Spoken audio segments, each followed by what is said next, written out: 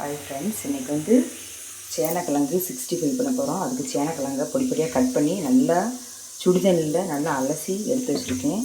அதுக்கு தேவையான பொருள் என்னென்னு பார்க்கலாம் வாங்க. சிக்கன் பொடி போட்டுக்கலாம். இதிலே உப்பு இருக்கும். போதும். கான்ஃப்ளவர் மாவு போட்டுக்கலாம்.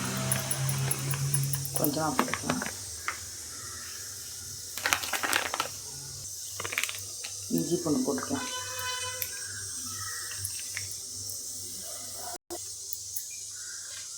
கலருக்காக கொஞ்சமாக கேசரி போட்டுக்கலாம். சும்மா லைட்டாக போட்டால் போதும். இப்போ பரட்டிக்கலாம்.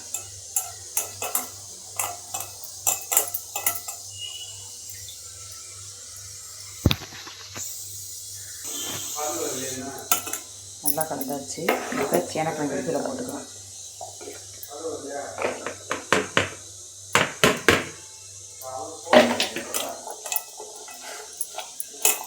இப்படி கலந்து ஒரு 10 நிமிஷம் ஊற வச்சுட்டு எண்ணெய் எடுத்து போட்டுக்கலாம். ஒரு 10 நிமிஷம் அப்படியே இருக்கட்டும். சட்டி அடுப்பில் வச்சாச்சு. சட்டி காஞ்சதுக்கப்புறம் ஆயில் ஊற்றிக்கலாம். சட்டி நல்லா காஞ்சிருச்சு. இப்போ ஆயில் ஊற்றிக்கலாம். இந்த சேனக்கிழங்கு வந்து கருணக்கிழங்கு மாதிரியே அரிக்கும். ஆனால் நல்லா பழசானதுக்கப்புறம் இதை பொரிச்சாலே நல்லாயிருக்கும். சின்ன குழந்தைங்க அப்போ சாப்பிட்டு அரிக்குது நழுவாங்க. அதுக்காக நல்லா பழைய கிழங்கா வந்ததுக்கப்புறமா அரை வேக்காடு வெந்நீரில் போட்டு கூட எடுத்து 65 போட்டுக்கலாம்.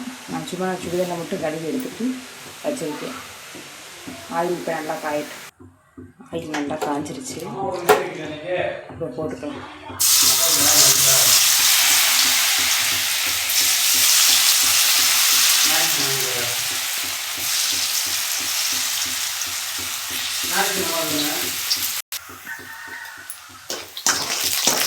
பாருங்க, நல்லா வெந்துருச்சு. இதை இன்னும் முட்டை ஊற்றி செஞ்சால் நல்லா இருக்கும். இன்றைக்கி நான் வெள்ளிக்கிழமைனால முட்டை ஊற்றலை. முட்டை எல்லாமே நல்லா டேஸ்ட்டாக இருக்கும். இந்த மாதிரி பொரிச்சு சாப்பிட்டிங்கன்னா குழந்தைங்க நல்லா விரும்பி சாப்பிடுவாங்க. நல்லா வெந்துருச்சு பாருங்க.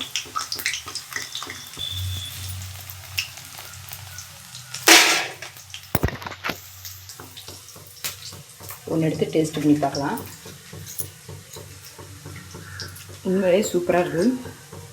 மொறுன்னு இருக்குது. இது வந்து சேனக்கிழங்குன்னு நம்மளாம் சொன்னாலும் தெரியும். அந்த மாதிரி சிக்கன் மாதிரியே இருக்குது. இந்த மாதிரி நீங்களும் செஞ்சு குழந்தைகளுக்கு கொடுங்க. ரொம்ப விரும்பி சாப்பிடுவாங்க. பாய்.